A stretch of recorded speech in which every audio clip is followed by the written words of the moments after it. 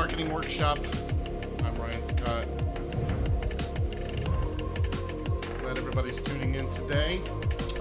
If you are here and you're going to engage with me today, just let me know where you're from. Put it into the YouTube chat. If you're not watching on YouTube, if you're actually watching on one of our other channels, or if you're on our website, go ahead and click the link to the right side of the play area and click over to YouTube, and just let me know where you're from, and we'll get started today.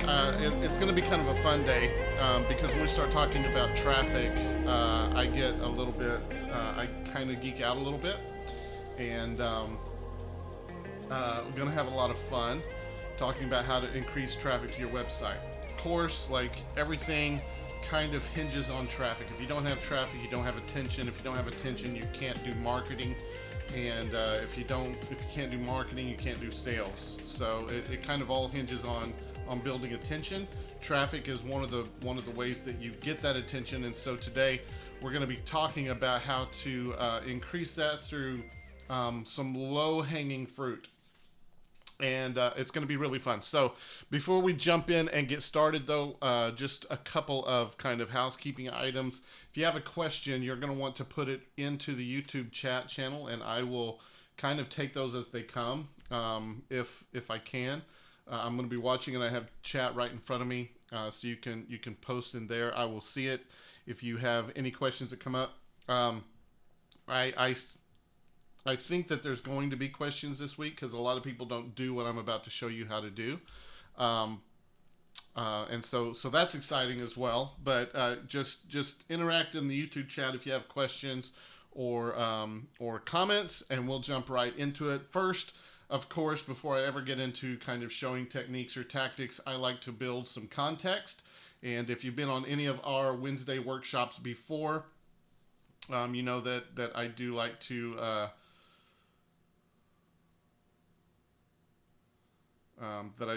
use context. I'm not sure. I just got an error from YouTube.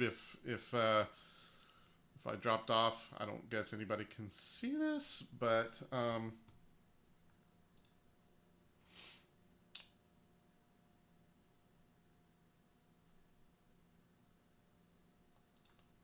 I don't know. We'll just see what it goes. The preview still looks fine. If you have any problems, just let me know in the YouTube chat if the video stops working or something like that. I'm getting an error from YouTube. I've been messing around with my my OBS a lot recently, trying to get better at this live streaming thing, and so maybe I did a setting that YouTube is not liking, but it said it's going to cause buffering, but I don't see that happening in the preview. So we'll just keep going as if nothing is wrong, and we will ignore the warnings here. So let's talk about context. Like I said, I like to build context when I'm about to share tactics, because I think the context of the tactics, just doing things, is not important. You need to know why you're doing those things. You start with why. Strategy is more important than just doing activities. And so let's jump right into it. Again, if you have any questions, throw those into the YouTube chat and we'll take them as they come. So let's look at this here. We're talking about easy traffic hacks. I'm Ryan Scott. I'm the head of growth at Lean Labs, and let's talk about getting traffic. So building traffic, actually building it from scratch, it takes time.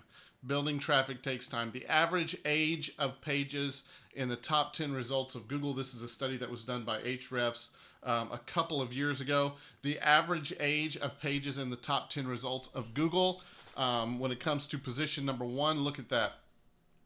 Position number one is almost 3 years old. The average age of pages in the number one position on Google is about 3 years old. And look, the average age for the top 10 goes into about 2 years old. That's the average age of the pages that are ranking in the top 10 results on Google. So if you think that you're just going to publish a new post and get it to rank number one for a meaningful term that's actually going to bring a lot of traffic, you're going to have to either get really lucky or you're kidding yourself, because building traffic takes time. Here's another example from their study. The percent of pages that are less than 1 year old in the top 10 results of Google when it comes to position number one, just over 1%. And you're talking about billions and billions and billions of pages posted every day. Everyone is posting content today. Everyone is doing content marketing. You're not alone. There are billions, and for every piece of content that you're publishing, there's probably 100 more that are published, almost the exact same optimization. It's just highly competitive, and so only 1% reach number one within 1 year, 12 months, and only 4%, a little over 4%, get to position number 10. That's not good numbers when you're trying to build traffic quickly. One last look at this, ranking performance of pages within 1 year from first seen. So the number of pages that get into the top 10 within 1 year is less than 6%. 5% of pages rank onto page one within 1 year, within the top 10 results.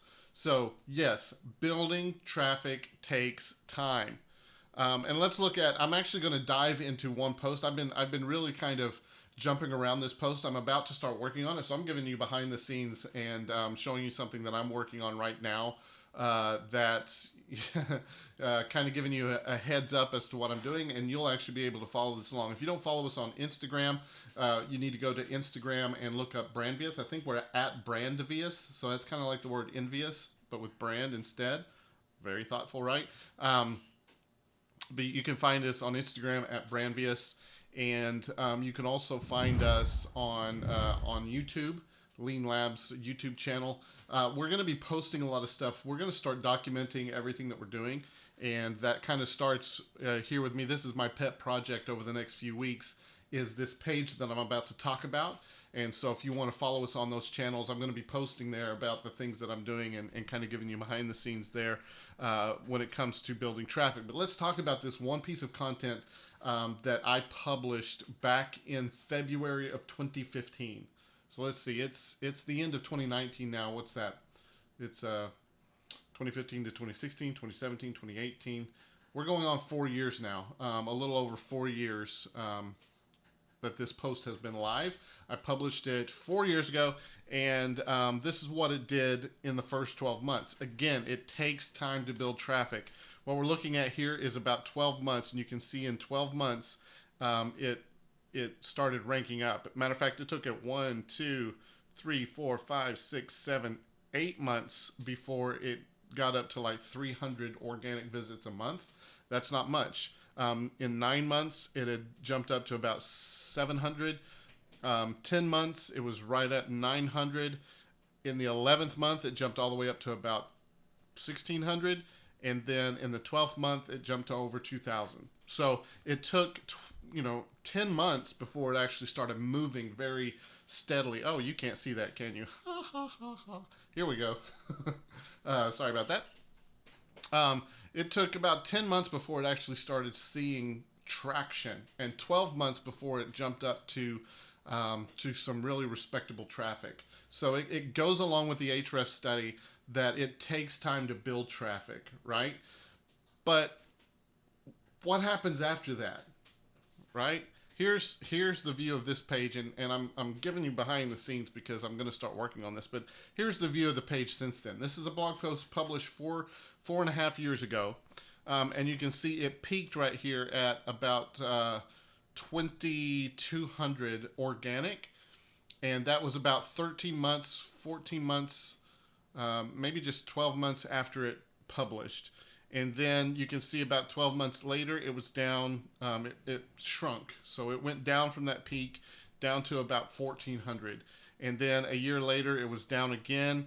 And then this year, you can see it's just kind of going off a cliff. It for the first, from month about 9 to 12, or actually about 9 through month 18, 19, it was getting really good traffic. It was bringing a lot of traffic. And it's this post 25 companies who absolutely nailed their unique value proposition. Um, and it's really about the unique value proposition headline at the top of your website. So it was driving a lot of traffic for us for a long time. But back around 2018, it started falling off, and about January of this year, it just started tapering off significantly more. Matter of fact, month over month, there was a 50% drop in this post. The last couple of months. So what that tells me is that this post can rank, has ranked, has performed well, but is just falling out of the rankings. So it took a long time to build this traffic. Why would I just want to throw that traffic away? What can I do then to keep my organic traffic? That's really the secret. If you've been publishing for a while and you've seen that your traffic generation has slowed down, it's probably not that your new content isn't performing the same as it always has, but it could be that some of that old content on the back is starting to fall down, and it's your new content starting to perform, your old content is starting, so you're getting kind of this balancing effect, and that means that your traffic is not growing as at a high enough rate as it used to. So the question is, well, how do I keep that traffic? How do I make sure that I am keeping that? Well, I think first off, you have to understand that not all traffic that is underperforming needs work. Some content just needs time.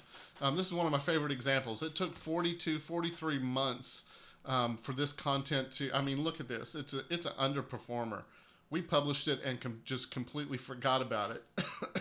And you're looking at 2-3 years, 4 years. Is it 3 years here?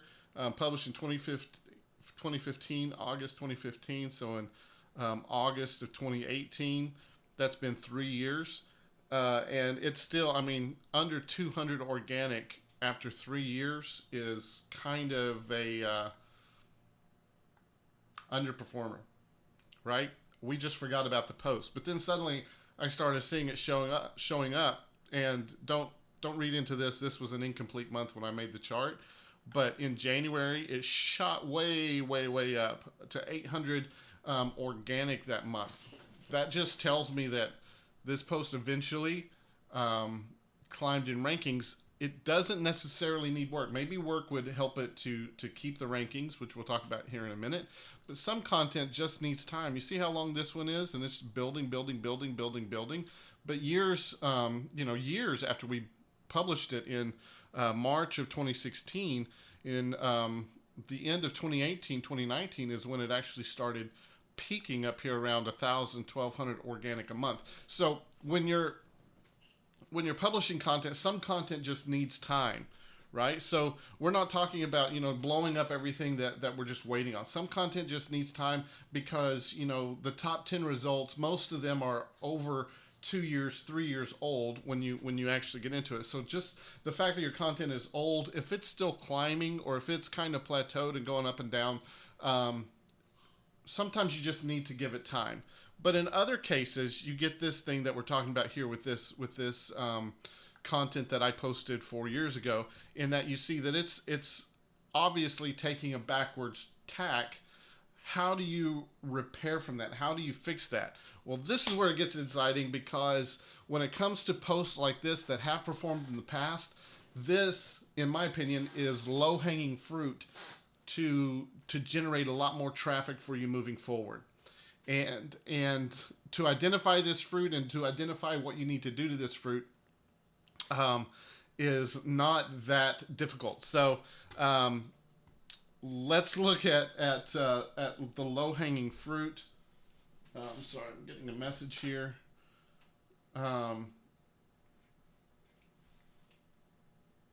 Let's look at low-hanging fruit when it comes to organic traffic. So I'm now going to take you to my web browser, and let's see if I can switch this to give you a better view here.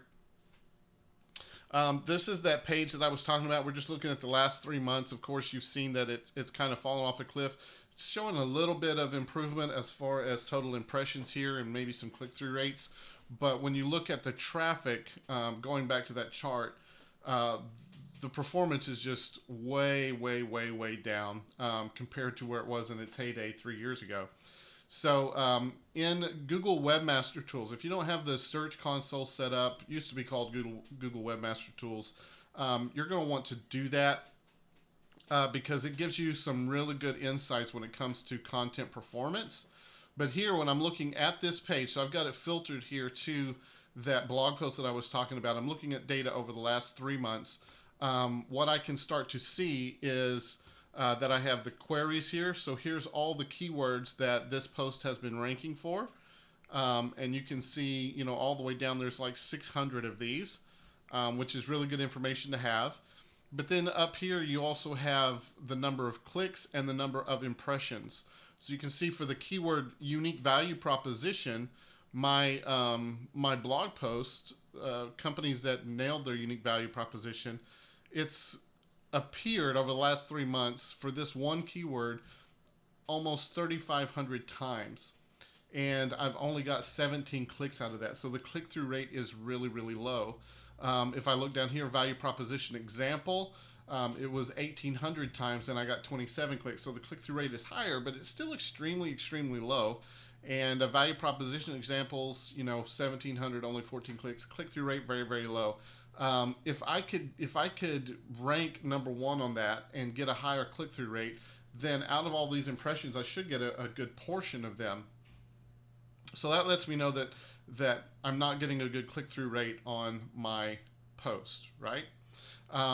And therefore, I can come in and I can start working on that post. So if you have Google Search Console, plug it in. But I want to show you some of the information that you can pull to identify the low-hanging fruit of the content that is not necessarily performing super well right now.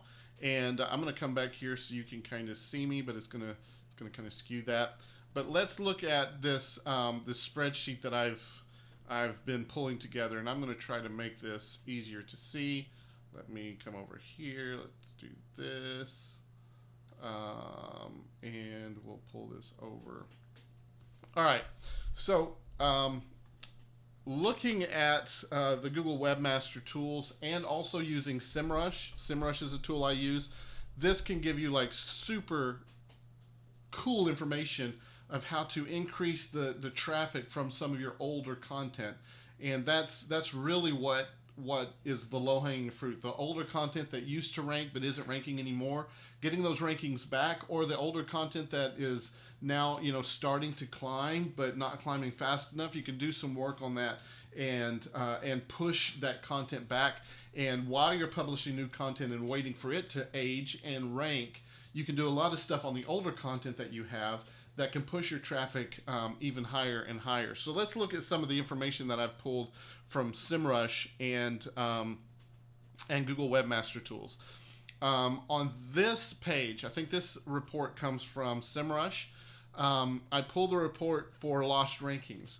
So what this basically tells me is here's a lot of keywords that we used to rank for, and now we don't rank for at all. So we used to appear somewhere on Google, but now we don't appear at all. So let's take, for example, this one here. How do you build brand awareness? We're a marketing agency. We're all about building brand awareness. It's a pretty good, valuable term. The search volume, it says, is only 20, but this is a clue.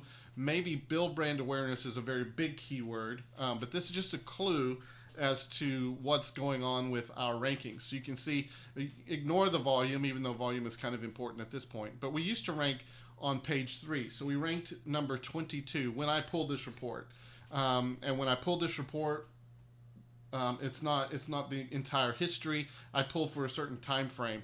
But during that time frame, we had ranked 22 on this blog post for this keyword.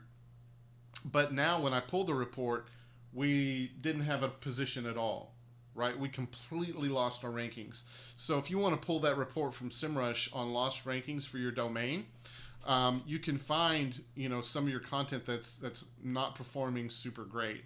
And this is kind of the competition. So this is a low competition keyword. Growth-driven design, HubSpot, we're a design agency. We should be able to rank for that. But this page was ranking number 17. Now it's not ranking at all. So what's wrong with that page? Is it still ranking for other words?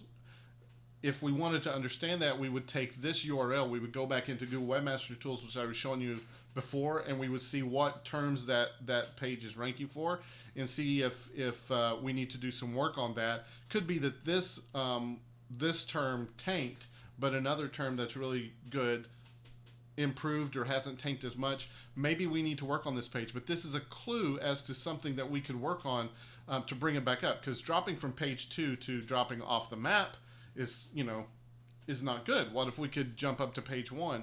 And so this is a report that is valuable just to drop you some clues of some things that you might want to look for. And you pull that report from SEMrush, export it to a CSV, and then you can do all kinds of work on that. So that's lost rankings. But let's look at opportunities to promote.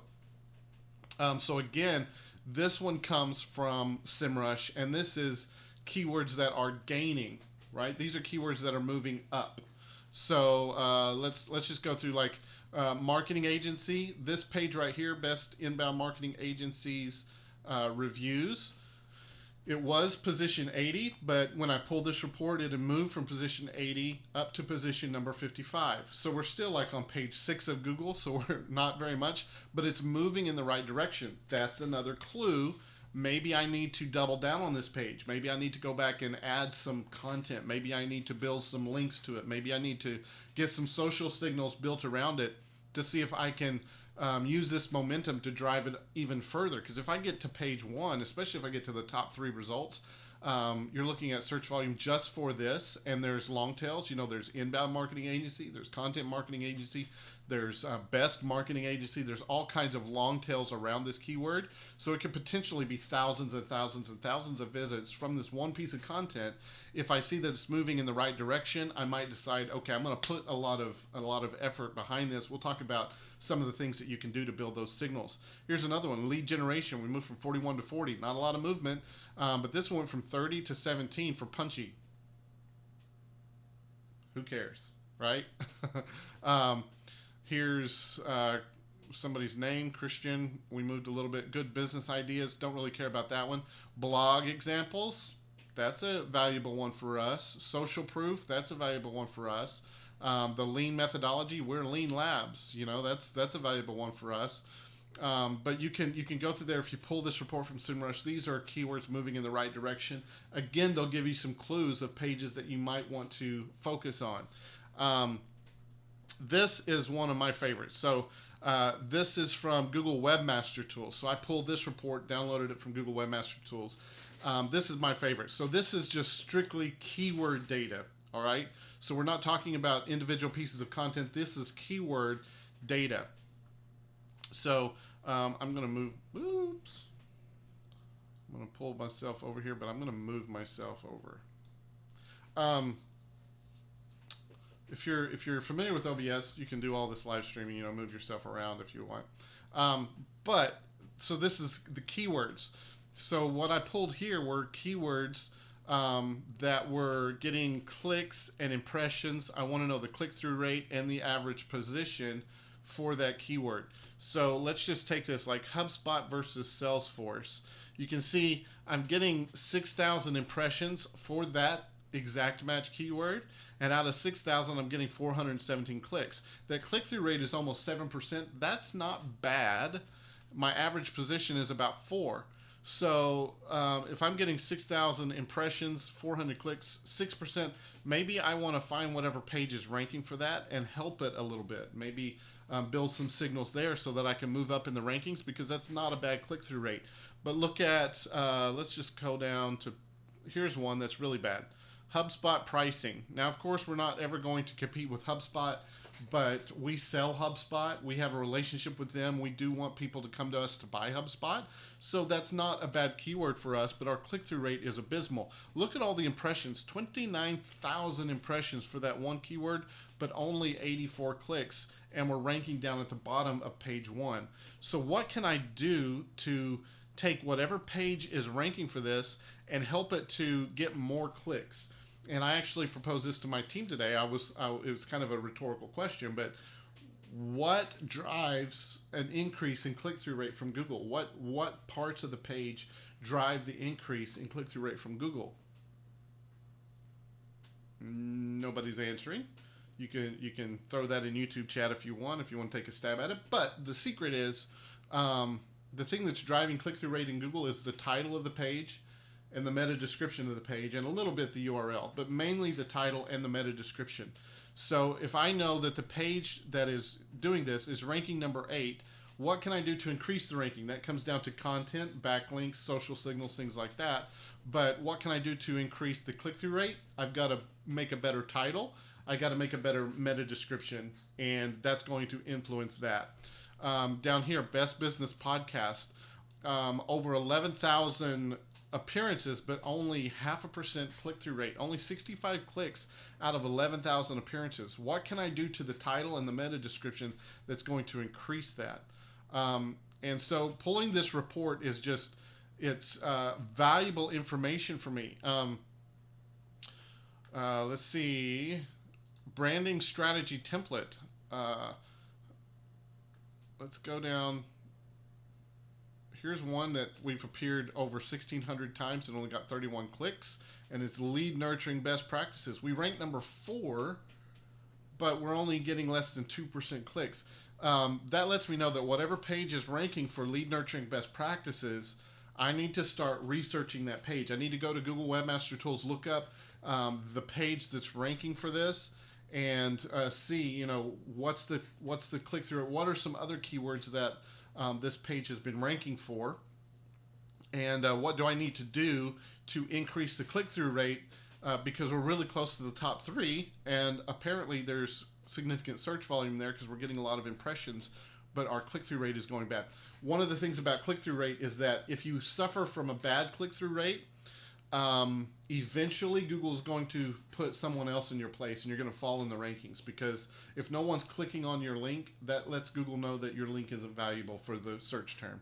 So click-through rate is super, super important. Here's a very similar report that I also pulled. So that was focused on the keywords, and sometimes I'll have to go and do a little bit more research to find what page is, what page is actually ranking for this keyword, that is getting the impressions and not getting the clicks. Here's another version of that where I'm actually looking at the performance of individual pages or individual pieces of content and looking at their impressions and click-through rates. So this is the same thing. It's just on the keyword one, I'm looking at the keywords, their performance, and I'm going to have to go find out what page is actually, driving these numbers. And I can find that in Google Webmaster Tools. Here's the other side of the report. So this is pages. I'm not sure which keywords are driving the impressions, but I can find that in keyword in Search Console as well, Google Webmaster Tools. So let's just take these. This top one, it's not too bad. It's getting a 6% click-through rate. That means that for whatever keywords that it's getting, 6% is not bad. Its average position is 33, so maybe I need to work on that. But the click-through rate is not bad. What I'm looking for is posts that are getting a lot of impressions, but not very many clicks, because impressions are the opportunity to get traffic. And when I look here, this one had 216,000 impressions. How many of you would like to get 216,000 visits in a month or a quarter from one piece of content? I would. That's a lot of traffic, a lot of potential to drive leads and customers. But my click-through rate was 1.6%, which is not good. So for how much does video marketing production cost? Out of 216,000, I just got 3,400 clicks over the last couple months. So how can I improve the click-through rate? I need to look up this post in Google Webmaster Tools, and I need to find the keywords that are associated with that. What keyword is driving all of these impressions? Then I need to go into this post and figure out how I improve that. So you want to do that. Let's just walk through this, okay? I'm going to go to Google Webmaster Tools. I'm going to try to find this. I'm going to show you how we can start kind of dissecting what we can do with this page, because we're actually going through this practice right now. These pages are going through this process as I speak. Our team is working on it. So how much does video marketing production cost? I'm going to come back over into Search Console, and I'm going to remove this, and I'm going to come down here to Pages. I'm going to drop down a lot more here, and then I need to go Production. Let's just search for Production. How much? Oh, there it is right there. So I'm going to click that, and oops, I don't want to go look at it. I want to just filter to it. So now I'm looking at just that page, and I want to go to Queries here, and I want to filter by impressions. So marketing video production, I'm getting the most impressions for that one. Video company, I'm getting a lot of stuff for that. Promotional video production, commercial video production. So it looks like video production long tails, product video production, brand video production company, promotional video production company, professional video production. So you're seeing the kind of root keyword that's appearing over and over again is video production. So now let's see if I can reopen the closed tab. How much does video marketing video production cost? And we've got this post here. But for the top performing volume, which cost is actually out of 2,200, we're getting 15 clicks. But let's see what's driving the most clicks. It would be how much does it cost to make a promotional video, of course. But this one, video production costs. I'm really close to that. Video marketing cost. So it looks like this keyword, video production cost, is probably the most effective in marketing video production. So now I'm going to jump into SEMrush and just look at a couple of these terms. So marketing video production, I'm just going to look it up. Marketing video production. That root keyword gets 390 exact max searches a month. There's 306 phrase matches, over 670 related keywords. So it's not bad. Let's look at the other one. Video production costs.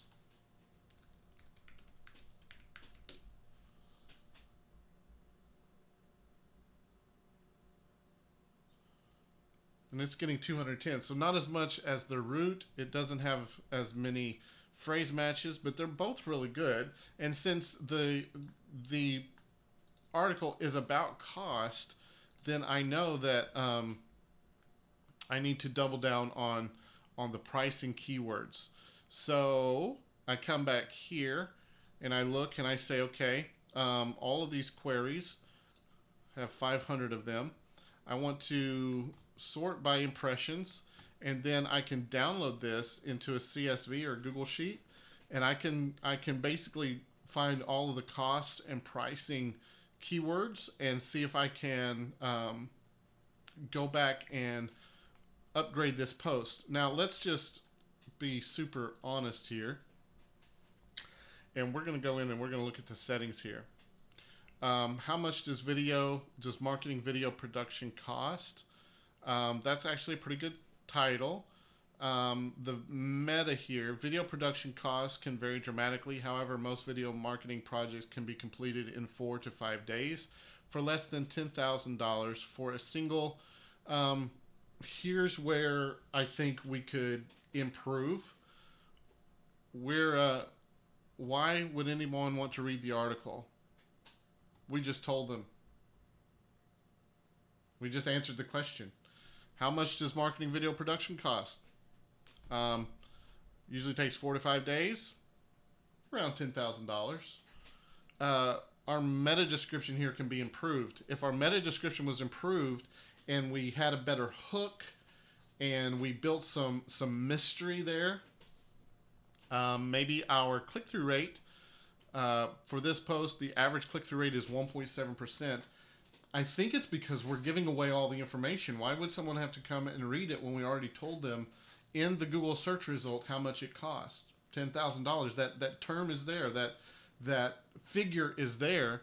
Why would they ever come and look at it? Let's just how much does marketing video production cost?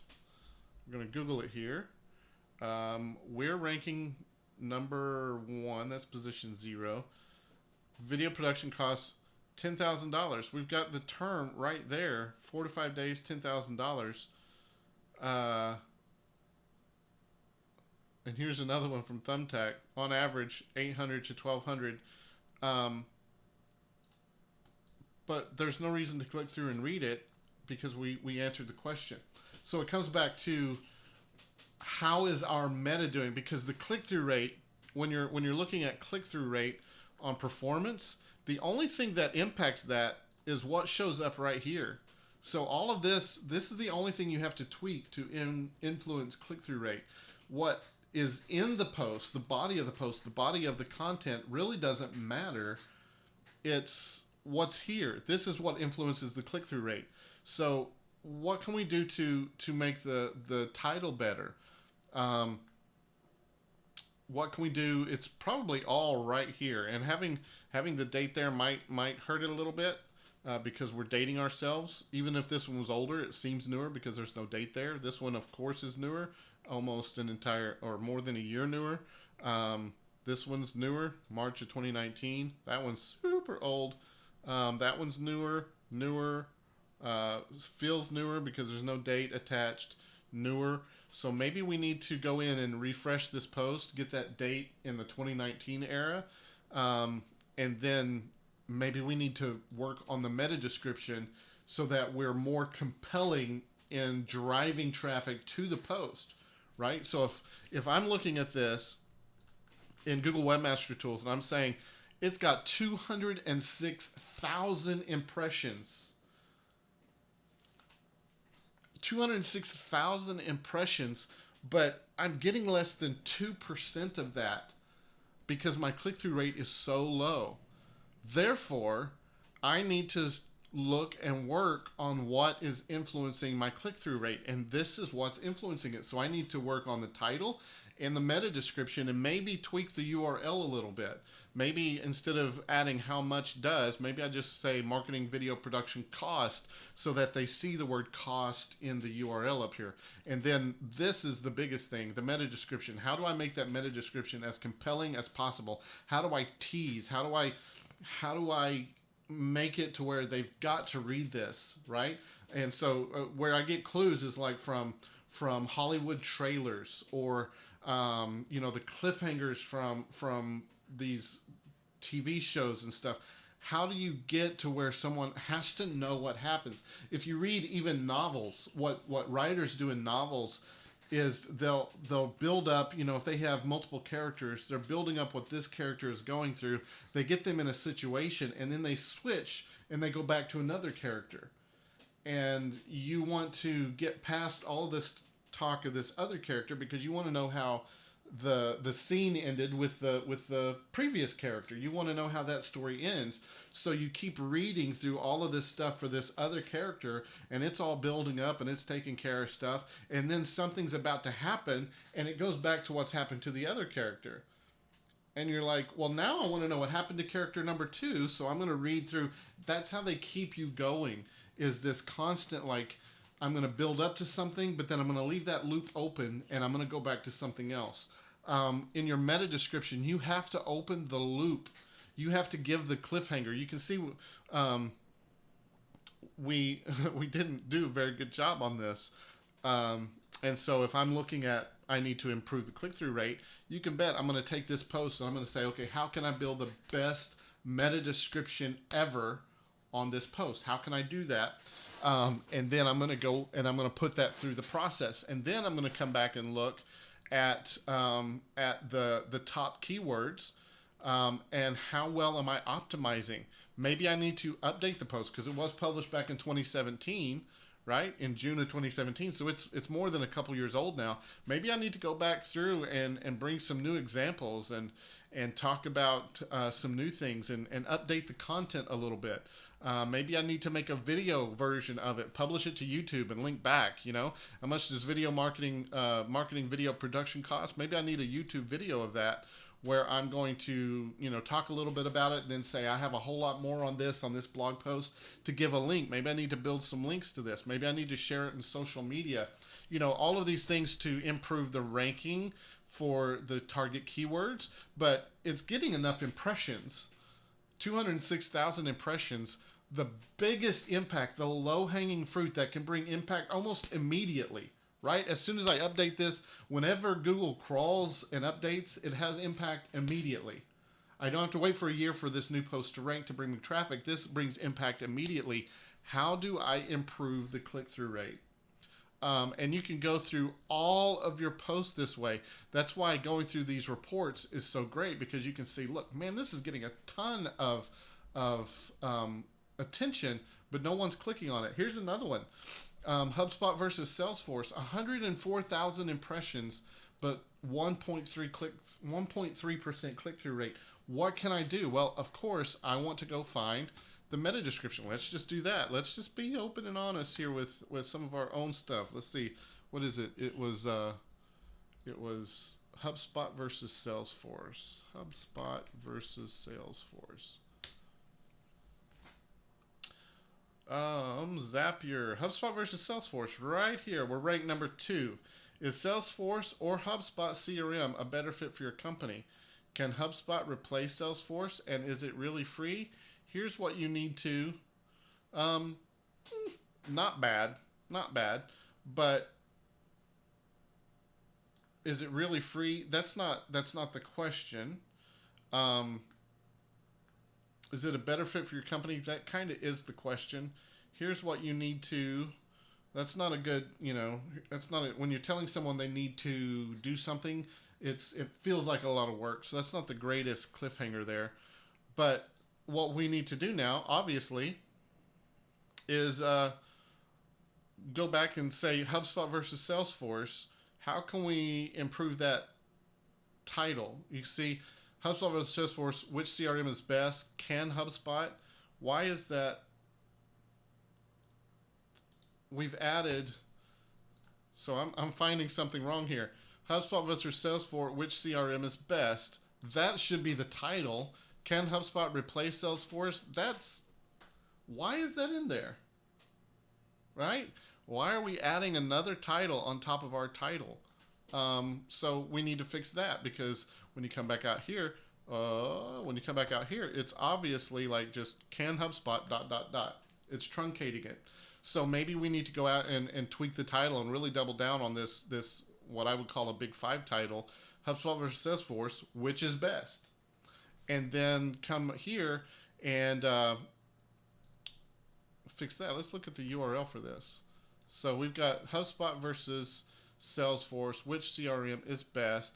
We got a period there. That period probably shouldn't be in the URL either. We can take that out, and we can delete that.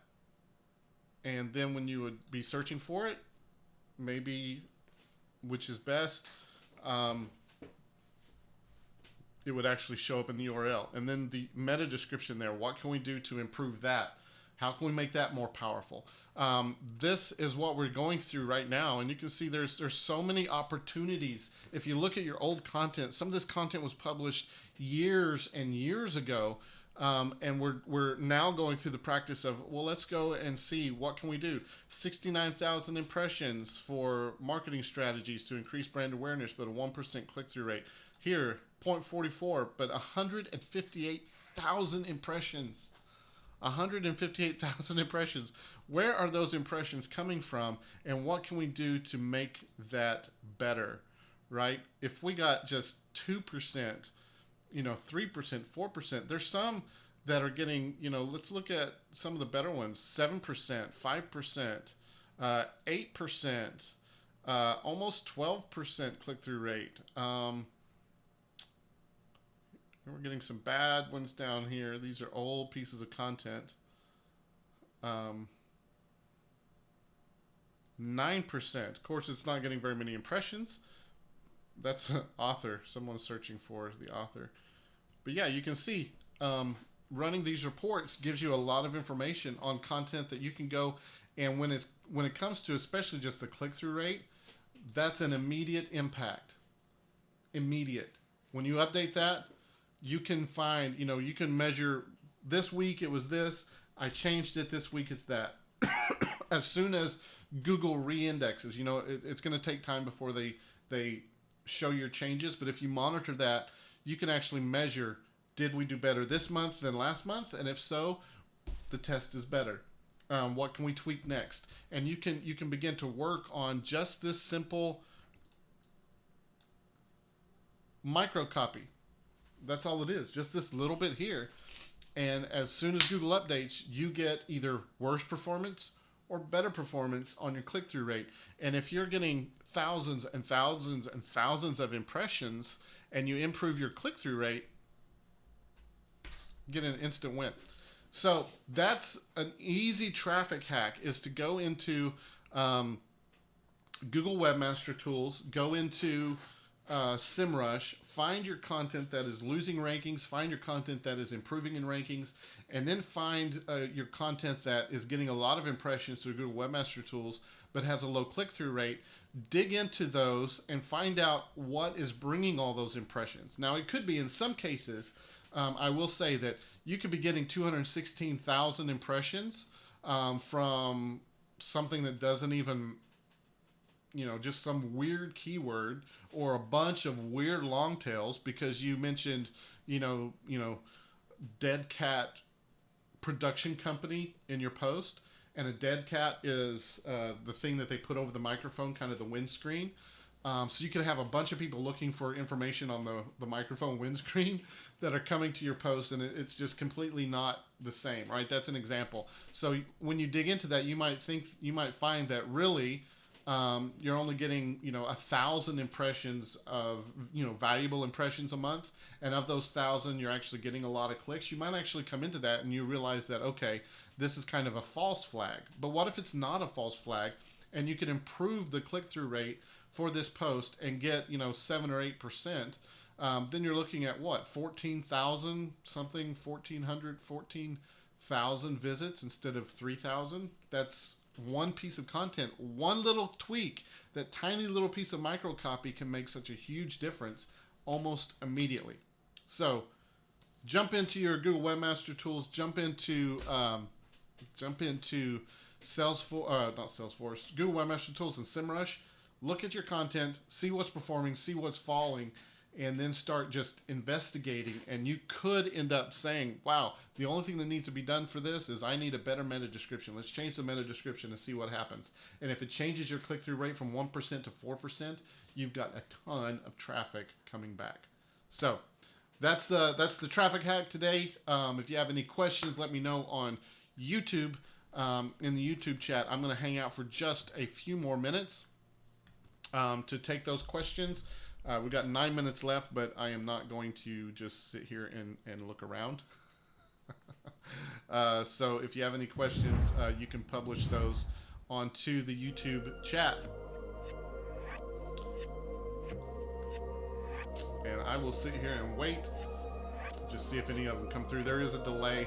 It's kind of awkward when you're sitting here, kind of looking at yourself on screen and no questions are coming through, but I know that there's a significant delay in what I say and what comes through to your computer. So I do have to sit here and wait for you to actually get that message and then put in your question or concern or whatever. So that's why I'm doing this rambling act right now. Just waiting for potential questions to come through. And I got some music playing just to make it a little bit more of a pleasant experience. So this is the last of our live streams for this go around. We've done 7 or 8 of them now, and we've been doing them every Wednesday, and I think we're going to continue doing them because we've gotten a lot of great feedback from it. But we appreciate everybody watching. We'll come back with some more ideas for some other content later.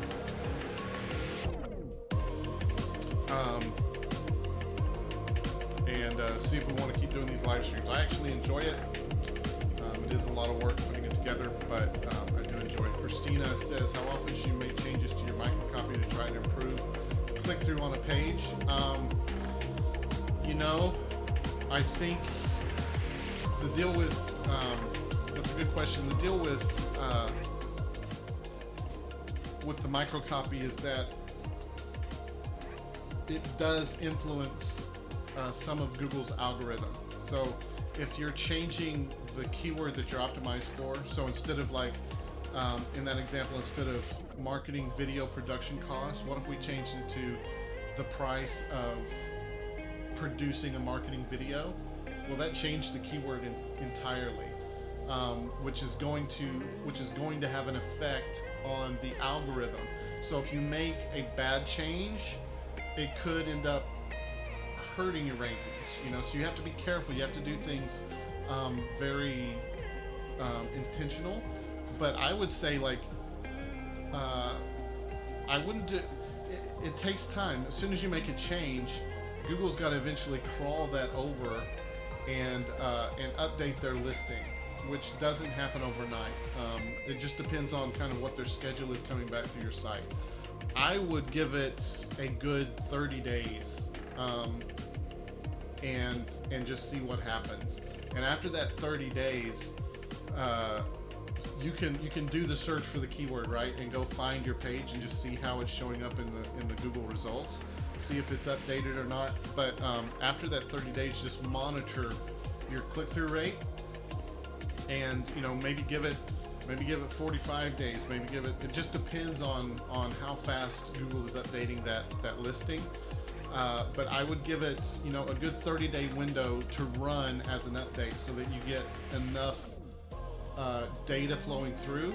And then if you're going to update it again, you just have to be very intentional. Like, do the scientific process, come up with a hypothesis, a test, and kind of this is, I think if I tweak this because of, if I tweak this keyword, I think I'll do better because it's more valuable, or it has more volume than the keyword that it's, optimized for right now.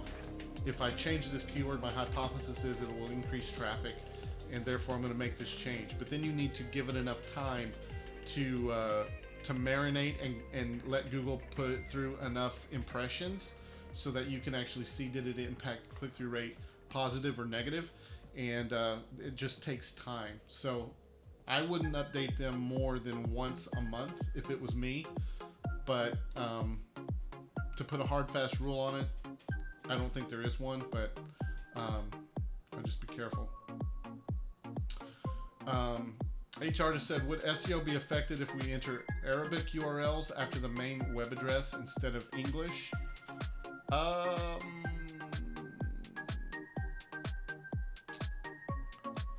It's obviously going to, like, the URL is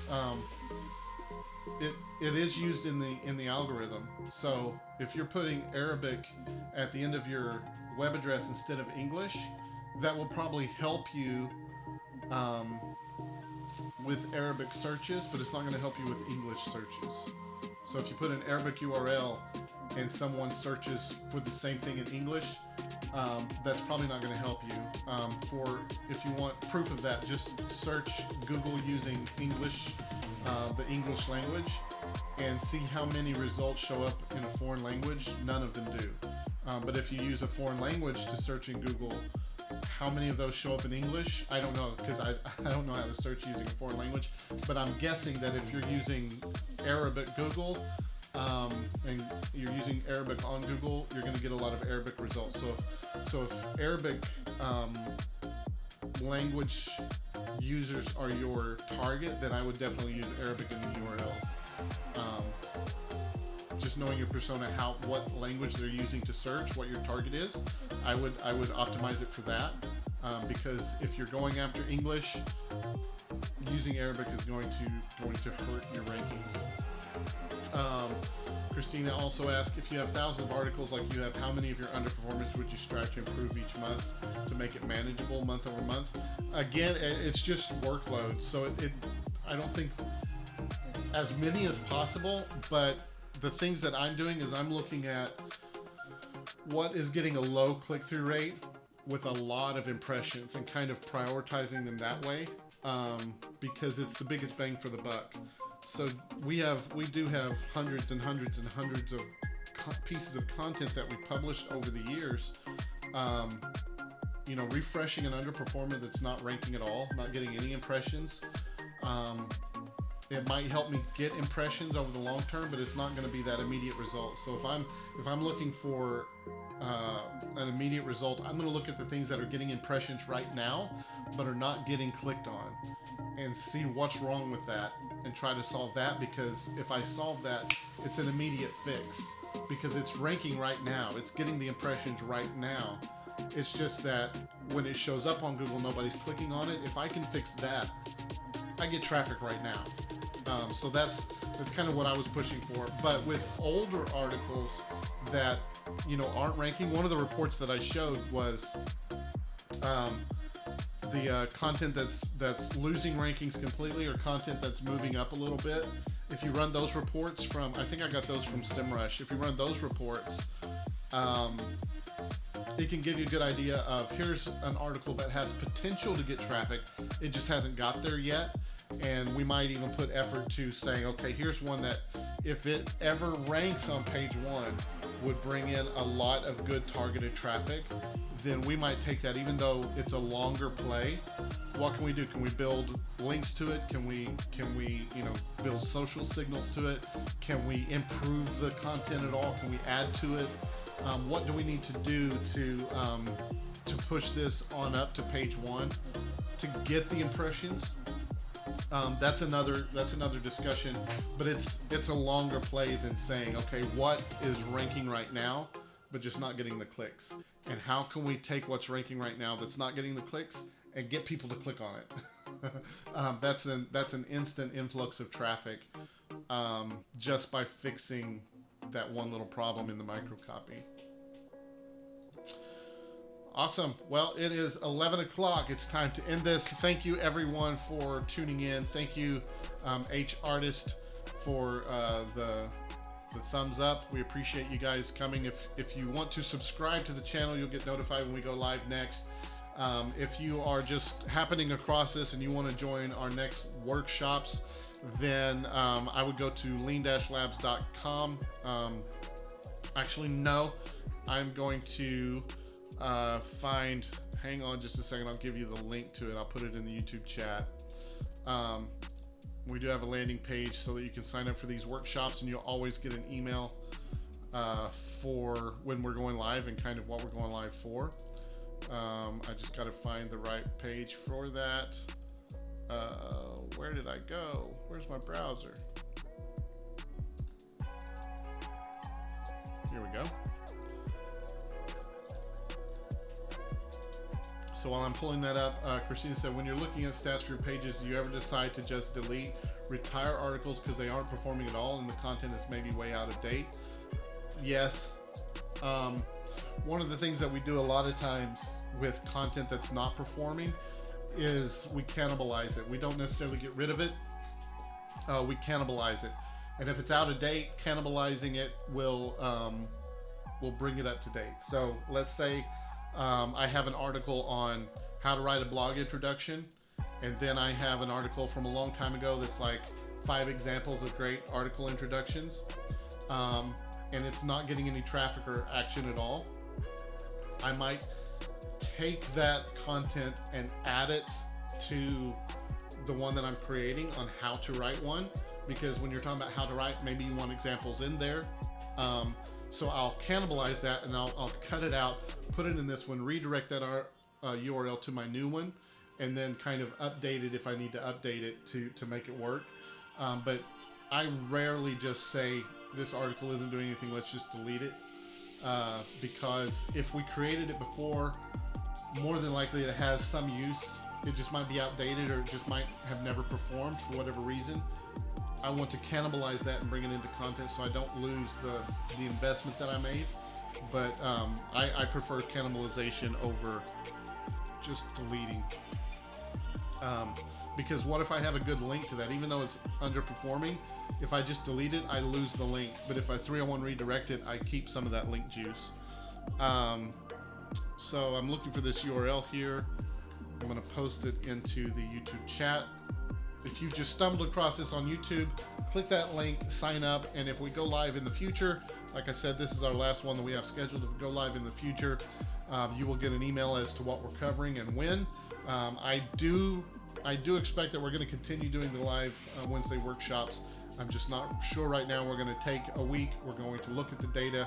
We're going to look at our plans for the next quarter and decide then. But until we do another live stream, thank you guys for watching. Thank you for tuning in. Thank you for asking questions. And we'll see you somewhere in the future. Talk to you later.